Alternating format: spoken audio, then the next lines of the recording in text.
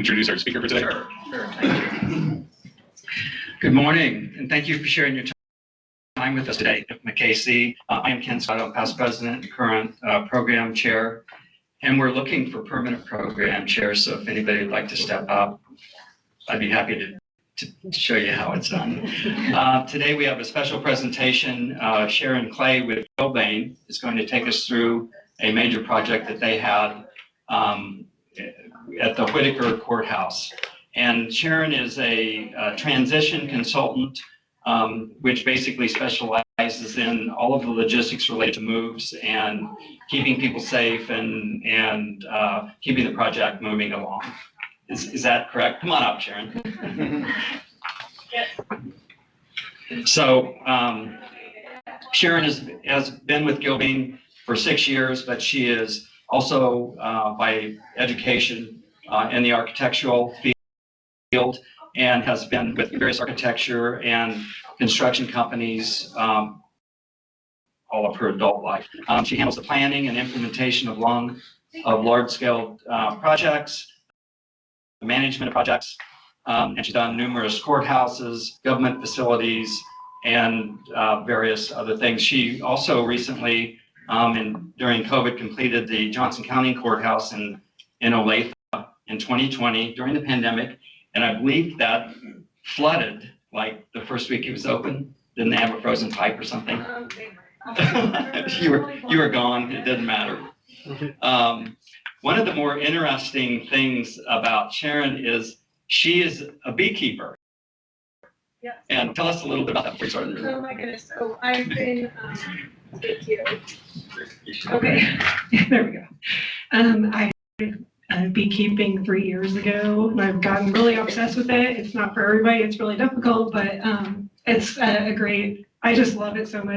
I feel like it helps me in my work on my projects, and I'll get into that a little bit more in a little bit. So, do you want me to go ahead and start? Okay, I've got to load the PowerPoint. I'm going to share my screen. So, 1 second.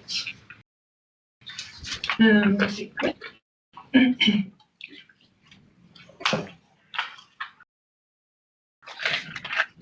It's going to be strange for a second.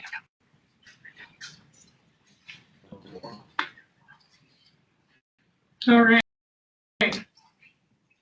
Okay.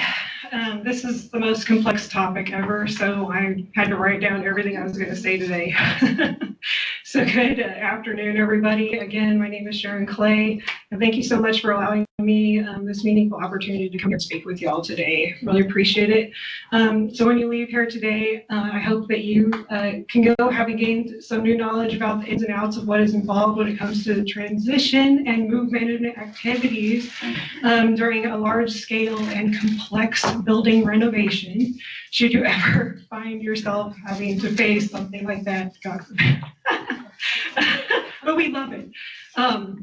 So specifically today, I'm going to talk about the currently ongoing transition and move management efforts at the Whittaker Federal Courthouse in downtown Kansas City. The Whittaker Courthouse building is currently undergoing a full facade and glazing replacement across the whole building by J.E. Dunn.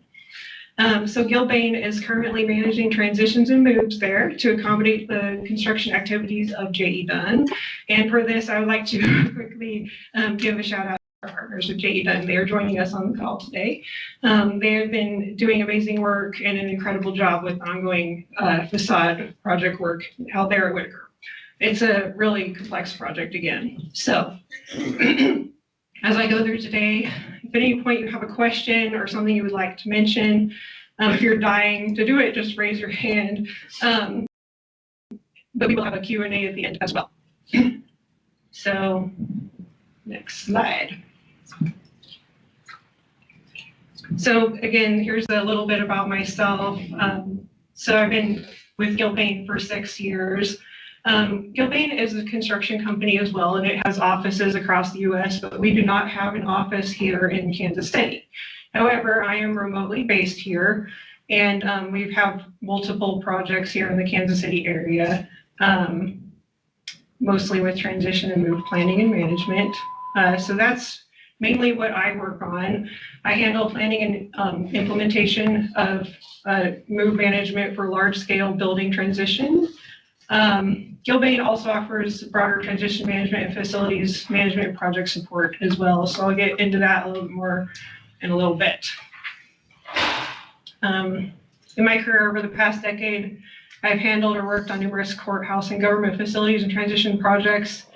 And when I joined Gilbane in 2019, I was the transition project manager again for the Johnson County, Kansas courthouse moves in Olathe.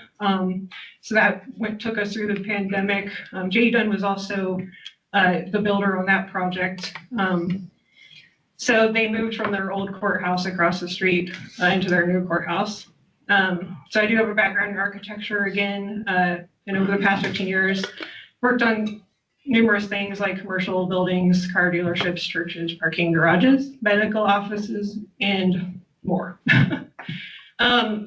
So again, I love honeybees and I spend my spare time managing multiple beehives. So if anybody ever wants to talk bees, let me know. My philosophy about that is bees work together to make things happen, and so do project teams. So let's get into this.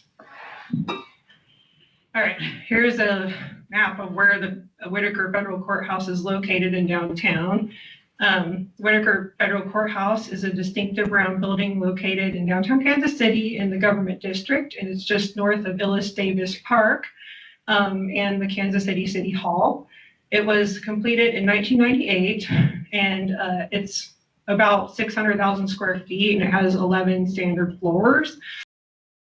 So several years ago, it was found that the existing glazing on the building was going to need to be replaced, and it can accommodate various upgrades in that. So in brief, project was put together.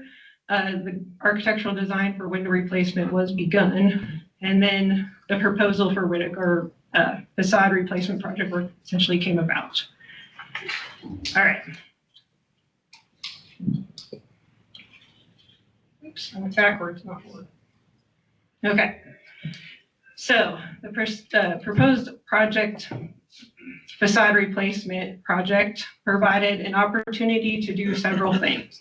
Number one, in replacing all the old glazing, new low-E glazing systems could be installed that would offer exponentially greater energy savings for the whole building. A huge benefit in that. Two, this would be an opportunity to make several necessary structural upgrades that would also enhance building security. And number three, the new glazing could add a frit pattern, which is a visible dot pattern. You can kind of see on the picture on the left there, to deter bird impacts. Birds see this pattern and then they know not to go head first into the glass. Bird impacts have been an unfortunate problem for this building over the years due to its design, but now in this, thankfully, something could be done. So, however, a huge challenge facing this project was the requirement that the building must remain operational while the work happened, and occupants from all departments would still need to remain functional in the building the whole time. So for this, all work zones and window areas would need to be identified, and all impacted occupants and their work activities in those zones would need to be relocated elsewhere to any remaining non-project areas in the building. Occupants would also need to be shifted to different locations in the building at different times throughout the project to accommodate the construction work as it too shifted over time. So here where we live, it doesn't get hot, it doesn't get cold, not at all. No rain, no all this extreme weather, right? It's going to be a challenge. So I wanted to segue here for a second to mention a post that was on the IFMA Engage All Members Forum a few weeks back. And if you are an IFMA member, you should have access to the IFMA Engage Forum. It's very helpful. People often post about issues they're facing in facilities management. And so a few weeks back, this was like right on topic for this presentation, so I wanted to mention it.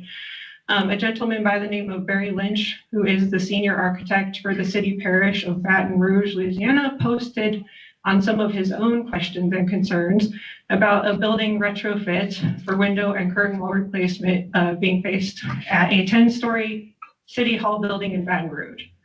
The project and issues he is describing are markedly similar to the facade project at the Whittaker Courthouse. Mr. Lynch posted asking about the feasibility of a complex window and curtain wall replacement at the fully occupied 10-story public building, primarily to upgrade to hurricane-resistant systems, among other benefits. At the point that his project is at, occupant swing space had not yet been understood, and the architectural design for the window replacement was nearly complete. The post sought practical advice on how to initiate and implement the next upcoming construction phase and how to go about managing logistics and occupant impact. The relevant key questions posed concerning the following items temporary partitions and weather walls, how to effectively control building temperatures and humidity, especially in the open work areas during summer down there, sound and fume mitigation, strategies for reducing noise and building fumes in the building. Had anyone had experience with second shift work to minimize disruption as well? Relocation value proposition. What if they just moved all the staff within the building to somewhere else versus just moving everybody in the building itself? Questions about furniture handling, IT and data transition, setup costs, server needs, security, departmental splits, expenses for leased space, like upfit, design, signage, and furniture. And then he also asked about communication strategies, best practices for keeping staff informed on project status, progress, requirements such as email, kiosks, newsletters, or meetings. In response, many helpful replies and perspectives were posted to Mr. Lynch's question on the forum. One of the most helpful responses, which again was most relevant, that I want to summarize it here for us today, was from Dean Stansberry in Denver, Colorado. Mr. Stansberry is the past chair of the IFMA Board of Directors. The points Mr. Stansberry mentioned holistically apply to complex facade replacement projects, including what is being faced at the Baton Rouge City Hall and here at the Whittaker Courthouse. The key points that Mr. Stansberry wrote about were the retrofit process in this type of project is like a rolling surgical operation. These situations may best benefit by being treated like a series of small, well-coordinated moves rather than one large move and construction event.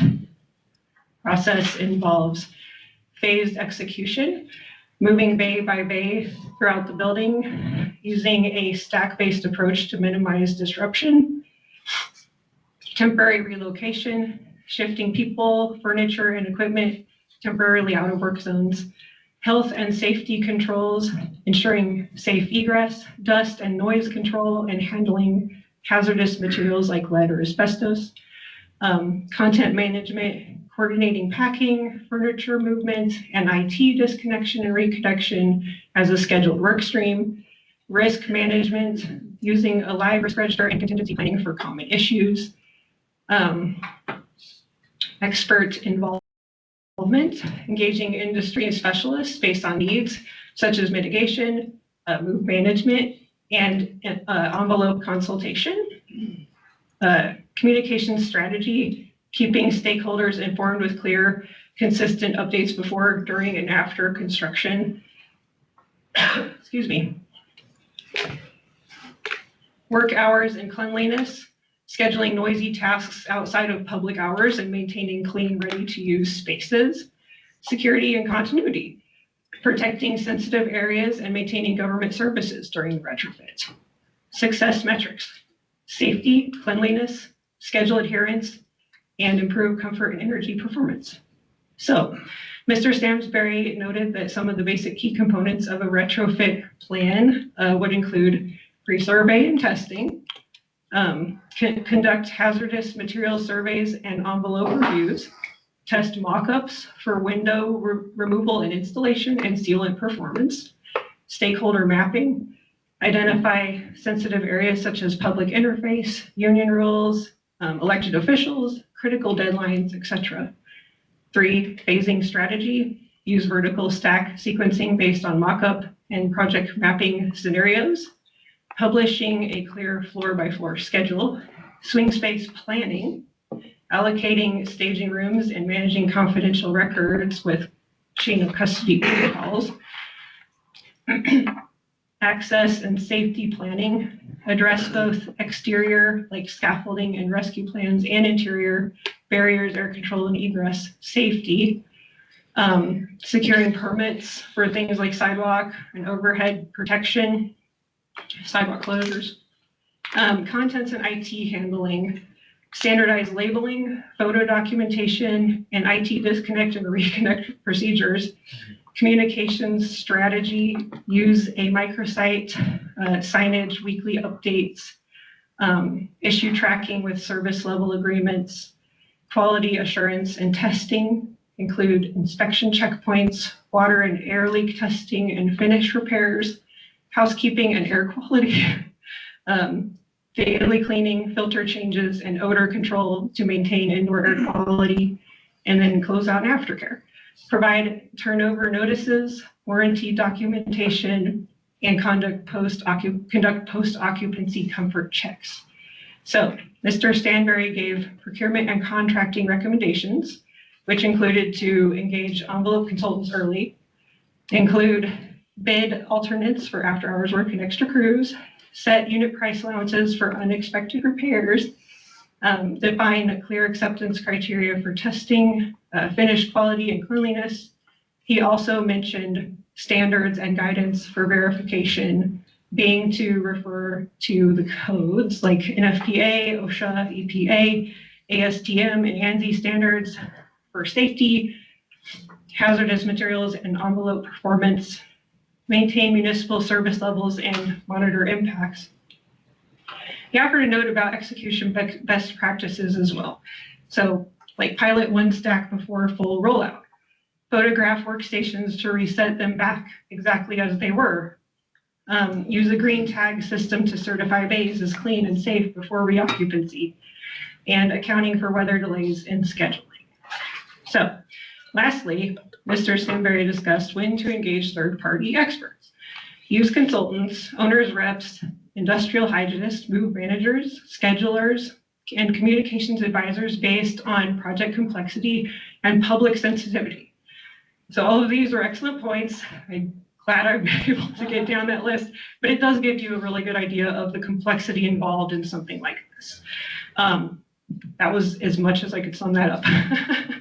So particularly in projects as complex as these, engaging third-party experts can clearly be a very good recommendation.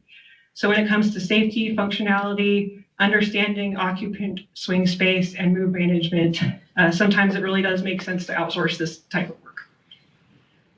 Outsourcing helps to delegate tasks, it preserves relationships, and plans and manages with a much higher level of precision. So this is where someone like me at Gilbane would come in a project like this.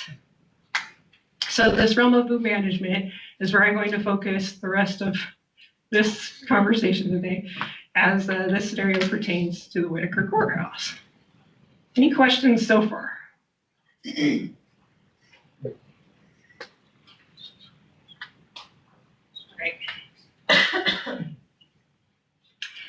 So at Whittaker Courthouse, again, we have a 600,000 square foot building, and the project here was proposed to take approximately 4 years with impact to about 250 employees over 11 floors. It'd be like, the 4 years were 2022 to next year, so it is ongoing. In a brief history, very brief history, GSA hired J Construction to do project work, and J.E. Dunn, they had also done the original building construction as well, so they're very familiar with it. And also their headquarters are 1 block away, so it's very convenient.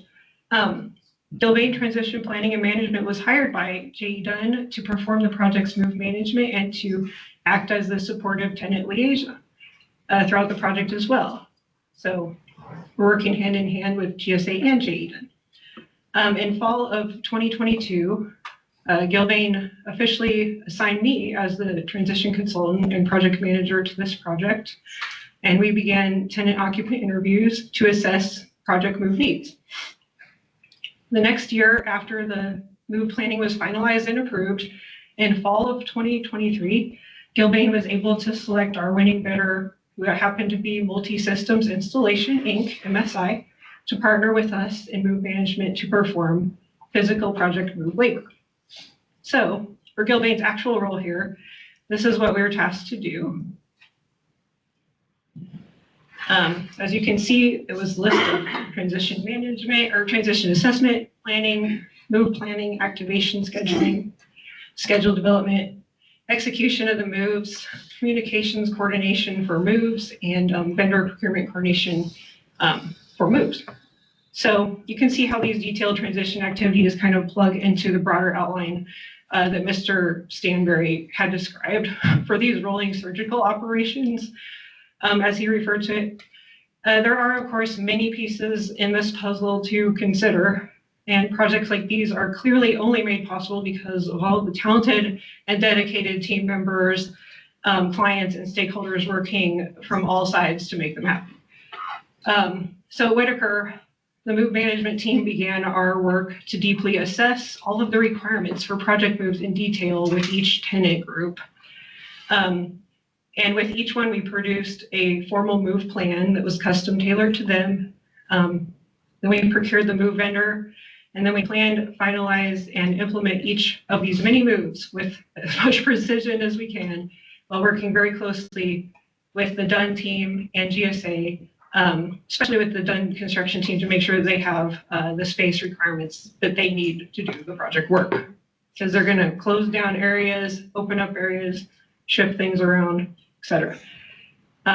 With moves occurring regularly through multiple years during the project, and content and swing workspace shifting to and from every nook and cranny, we also had to adjust, add to, or revisit move plans between stakeholders and tenant occupants and the construction team to adapt them for all of the shifting requirements as needed. This has especially been for if move situation or long-term content storage becomes affected by any unforeseen situation. Sometimes there are staffing shifts or construction variables and unknowns, issues with construction materials or processes that create delays, known unknowns, unknown unknowns. Sometimes delays come about with processes and window testing, punch list finalization, unforeseen incidents, or other scenarios, especially within a very public, still functional, open for business courthouse.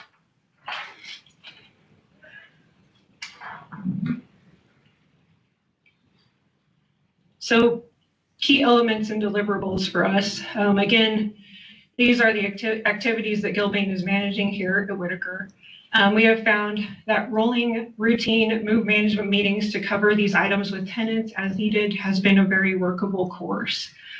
So sometimes they happen monthly or bi-weekly, for example.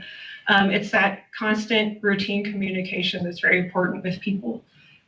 Early in the project, group leaders and appropriate stakeholders were identified, and we began meeting with each impacted tenant group and worked with them extensively to create individual move plans that were customized to each department's needs, while also serving the requirements of the project. We looked at scheduling, move plan details, how to prepare for moves, any and all requirements they could possibly come up with for us. It was very invasive. So we reviewed estimated closure durations, swing workspace availability, contingency planning, and so much more. Again, there would ultimately be approximately 250 employees impacted by this project. And as it has turned out, some of our longest content storage impacting the building occupants has been for over a year and a half. So you have to be careful what you pack and what you need, because you also have to go dig it out. It's mainly piles of carefully stored content covered in move labels that get pretty detailed, covering everything with plastic and securely just safely tucking it away like a time capsule. And then all that time passes and then you unpack it and people are like, oh, I don't remember I had this. So it can be challenging helping others understand how to pack for such invasive and longer term construction that would have to take place in their work areas. It's also challenging to understand how to still enable a functional environment away from windows and other project work zones in the building. And in this case at Whittaker, we're talking about court cases, trials, judges' work areas, offices of the attorneys and marshals, the different types of courts. And these functions had to continue. And so many more tenant types. So we face the following constraints.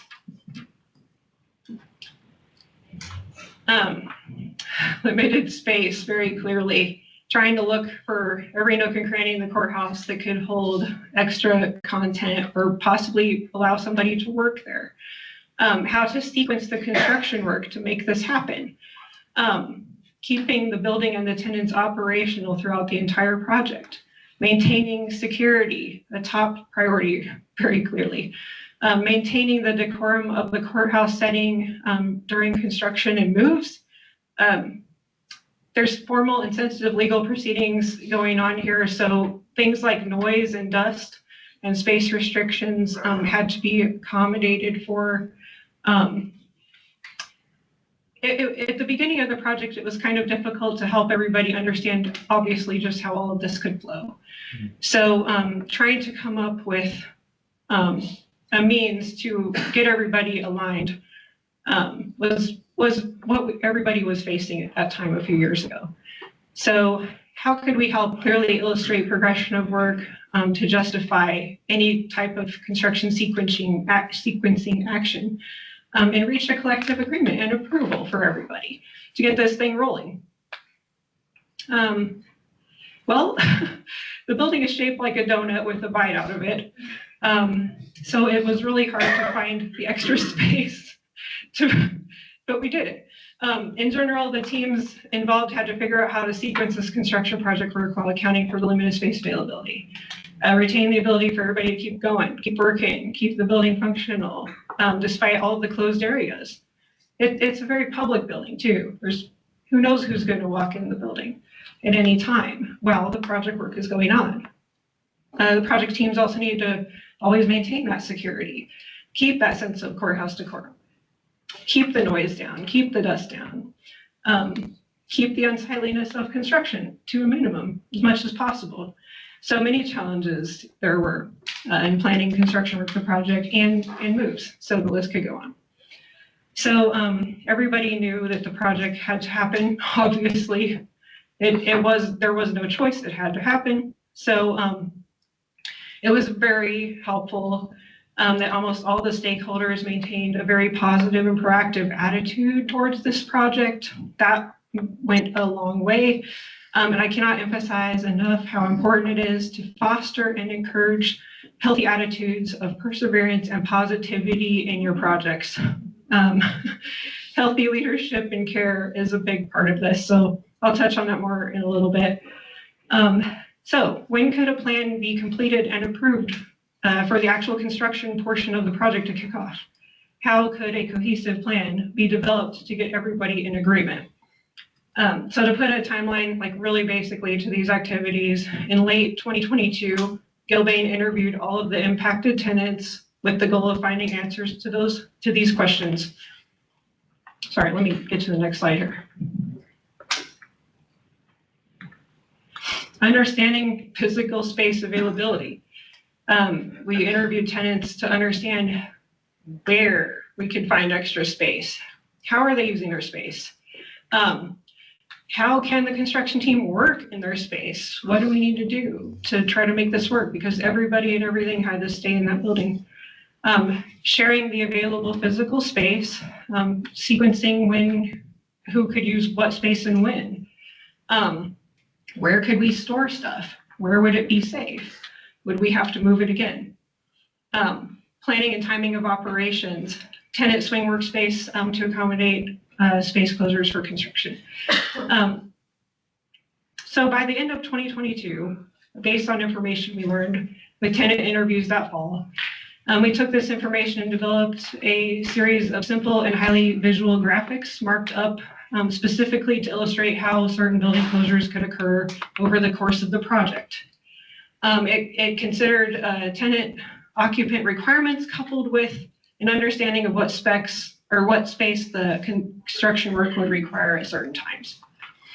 So at Gilbane, we then put together an animation of these move plan graphics, and the simple visual data ended up going a long way to help illustrate for all of the key stakeholders and the tenants and the construction team just potentially how the project construction might work sequence-wise, what could be done feasibly that would also meet the tenants' needs to stay working. So by spring of 23, this data had been utilized to assist in helping to align the project teams on a game plan for how to best sequence construction work while balancing it with tenant needs. The OIC teams spent time ironing out the final construction scheduling and sequencing details. And meanwhile, Gilbane worked to finalize move plans with tenants and hire our move labor team.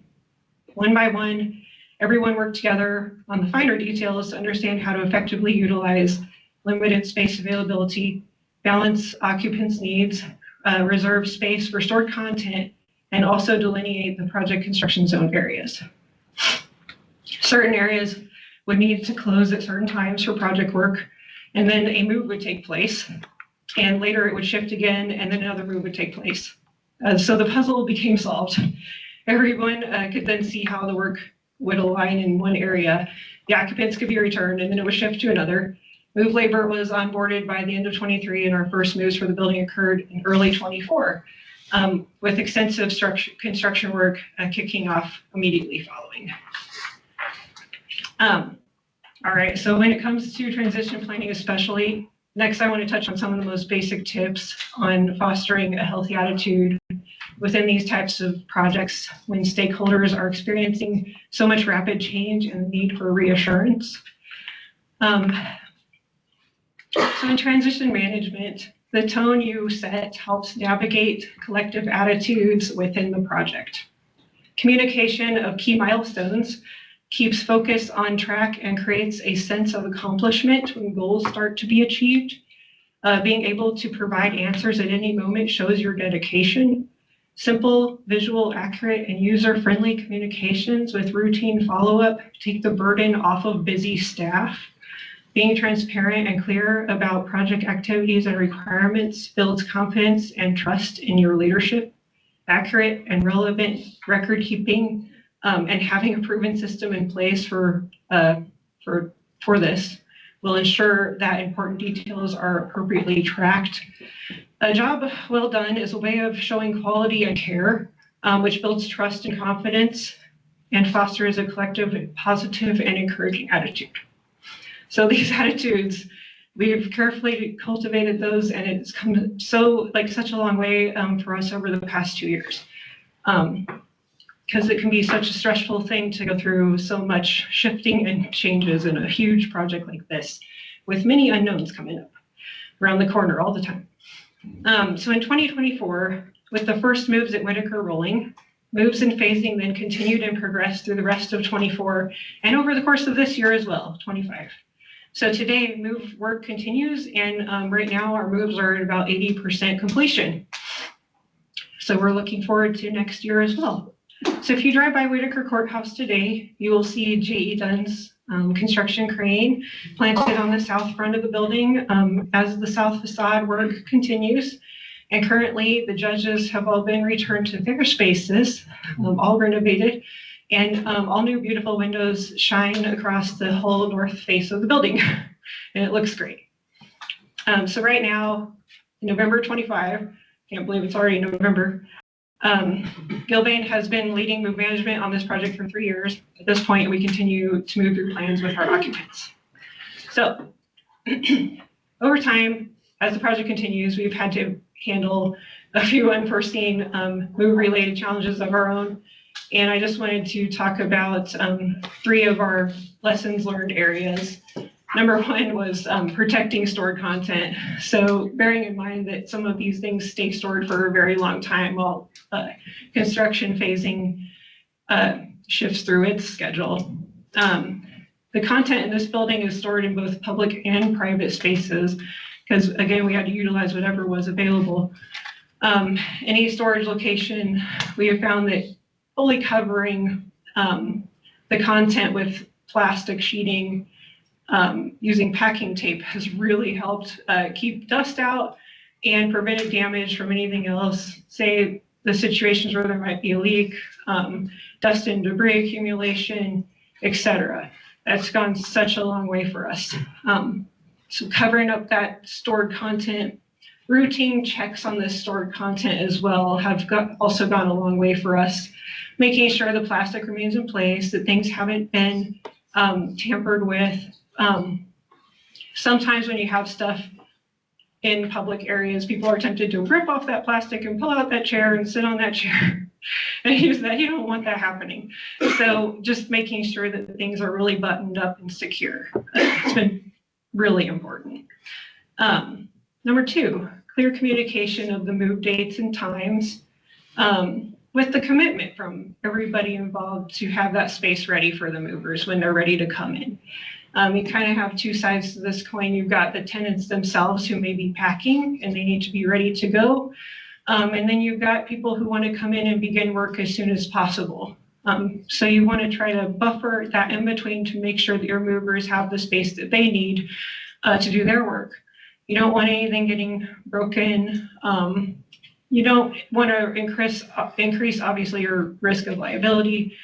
It's a safety issue as well. And extra cleaning work might have to happen too. If somebody comes in and starts using the move opportunity to replace ceiling tiles, for instance, that's not going to be too helpful. So making sure that that time is set aside to do those activities has been really important. And lastly, number three here, just about move planning and implementation in general. When you're labeling content, especially if it's going to have to go into storage for who knows how long, you want to use labels that have the correct adhesion properties. And we've learned that like the Post-it note adhesion type or like blue painter's tape really works the best for long term. Or if you don't even have to attach it to the furniture at all, but you don't want it to blow away either. So anyway. Taking pre-move pictures, that was another thing that Mr. Stanbury touched on. This has been huge. If you're doing a project where you have to return everything exactly as it was before, I can't recommend enough making sure that you have detailed records of photographic records of how something was so that you can put it back exactly the same way. That has been very important in all of these projects. And again, if you're dealing with 250 employees, who really don't want this. I mean, some of them do, but everybody, it's the whole gamut. You want to make sure that you're making life as easy as possible for them and not losing their stuff, taking good care of their stuff, replacing it exactly how it was, you know, taking care of them. So also the importance of communicating with the simple graphics. So when it comes to planning moves, it has been invaluable to use simple floor plan visuals and signs that reference and ID room numbers to make sure everybody is in alignment concerning move plans. Everybody needs to be speaking the same language, and that goes a long way for it. So as I get ready to conclude today, I want to leave everybody with some tips, tricks, ideas, and resources if you ever find yourself facing a move management scenario yourself. Maybe you can even use these if you are facing your own residential move. But remember, attitude and passion about what you are doing is everything in moves. They could be so stressful, but you got to stay positive and focused. All right, the next 4 slides are examples of some of these helpful resources. So obviously, having your calendar ironed out with clear steps where you can kind of look ahead and see what it is that you're working with. When is your move day? How far back do you need to go to kind of carve out to get ready for this? And one of the biggest things that I wanted to point out was file management, purging and cleaning, and trash outtake. Those things can become huge. and you want to make sure that it starts early to be able to help accommodate those things. So yeah, we've got just an example here of a move calendar. It also helps you focus on your goals. Things like coordinating your IT people, your vendors, trash, anything like that. You want to make sure that it's on your calendar and that people are ready when the move comes. Okay, here's another simple tip. Move prep timeline and checklist. You know, again, you're looking how far out are you going to start planning? You want to write down those major things. Allow plenty of notice for people. Keep ongoing dialogue with occupants, and prioritize details that are important to your occupants. Make sure those are made the priority. Just assisting them to look ahead and plan. Move supplies list. So we've taken some of these items and made almost like gift boxes for people who have to prepare to move and put all of these in one place so that they have access to them. Things like what size of boxes they need, bubble wrap, tape, zip ties, cutters, markers, labels, all those.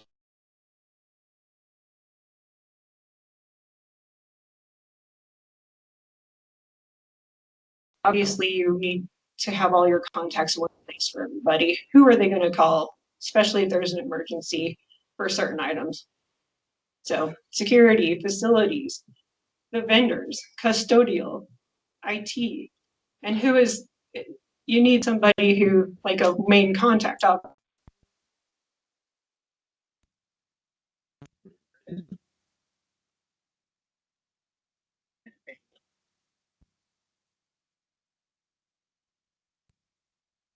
Thanks for bearing with me. Lastly, if you ever find yourself in a transition project or facilities project that is too large, or that you would like to outsource, you can always reach out to us here at Gilbane. We're happy to help. We always like to discuss your project needs and customize a plan of assistance that can work for you. So this is our information.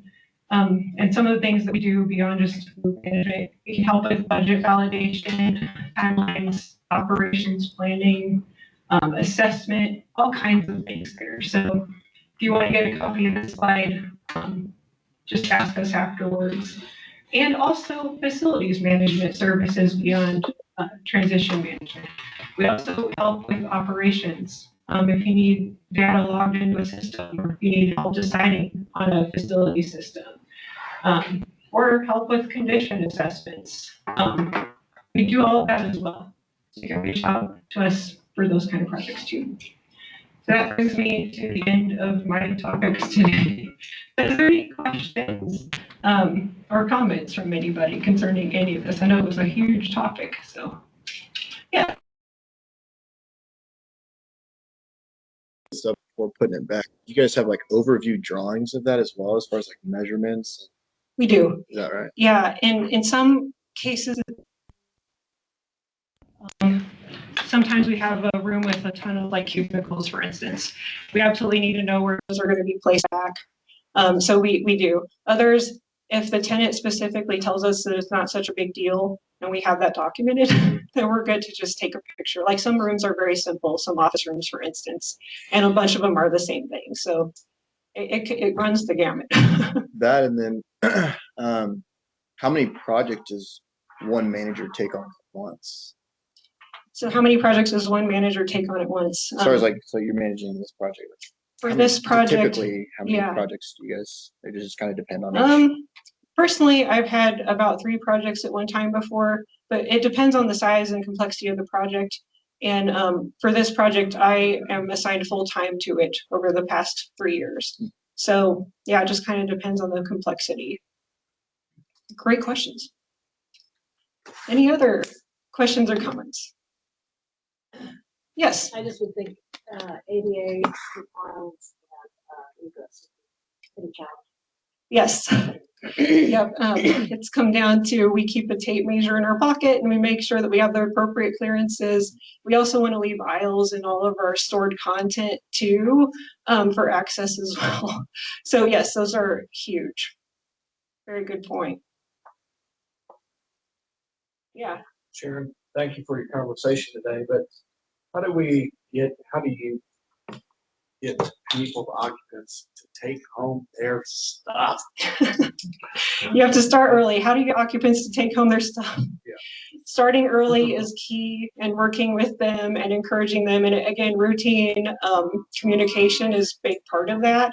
Not everybody is on board. There have been times where I've gone into a move day and had to pack someone's things like multiple times. So yeah, it's about encouraging them and paving that road for them as much as possible. I mean, a lot of people are motivated, and if you can help them understand how to do that, usually they'll pick up the reins and start taking care of it. But yes. And there's a natural hierarchy in any organization. You work with that department head, have them work with their people, or work with the occupants directly? Or? It depends on the nature of the project, and we have people that can meet them at any of those levels. And let's see, in this project, it's kind of gone, like, depending on the department size, it's gone both ways. Or like we've touched with them, like sometimes the department will assign someone over multiple groups, and that will be your contact. And then they want to take on their own responsibility to manage what you are telling them, the information that you were telling them, and then they will disperse that to their own people, all the way down to if the department only has like 2 people, you're working with both of them, you know? So it runs the gamut. Great question. Any other questions? Yeah. You say you're working with federal judges, GSA, all to combine cases. Where do you help your judges? That's a great question. Where do we have our biggest sticking points with some of our biggest stakeholders, the people that we have to move in this project? There's been a few. I want to say we really want to make sure, the number one thing is we want to make sure that we are on the same page about what is being moved and what we are going to touch and where is it going to go and how is it going to be handled. You know, great care in that, and just very detailed communication. So I would say, yeah, especially for some of our stakeholders, making sure that we have that really detailed level of communication and they are perfectly clear on what is going to happen with their stuff. And sometimes they take their stuff home. Sometimes they do decide to work elsewhere, which is okay. And sometimes they do allow us the opportunity to handle their very expensive, fragile items. So yeah, building trust is a huge part of that as well. Great question. Any other questions? We're about out of time today. Oh, Brittany. I have one. Yeah. This is a critical question, of course. So I happen to know that you weren't actually allowed to show a lot of the detail of what you're working on because it's a federal courthouse. And like yeah, very sensitive federal courthouse. Mm-hmm. But can you share us with us, like, what is one of the craziest things you had to move? Because I know they're federal judges, they're installed for life, so they have some really yes. What was one of the craziest things? So MSI and I had to bring in about 6 movers one time to handle a very fragile desk, if you will. It took 6 movers to move this one desk. It was a very special desk that was irreplaceable. So that's what I will say about that. And they did a great job. And yeah, expectations were met. So I was extremely pleased, but it was not easy. It was like a lot of communication again, and making sure that you had the best guys assigned to the job there, and then constant overview or like supervision of what was being handled. And also the owners are up there with you as well to make sure it's all going okay. Great question. Yeah. All right, I guess we're going to wrap up today. So thanks again for allowing me the opportunity to talk about this with you guys today. I really appreciate it.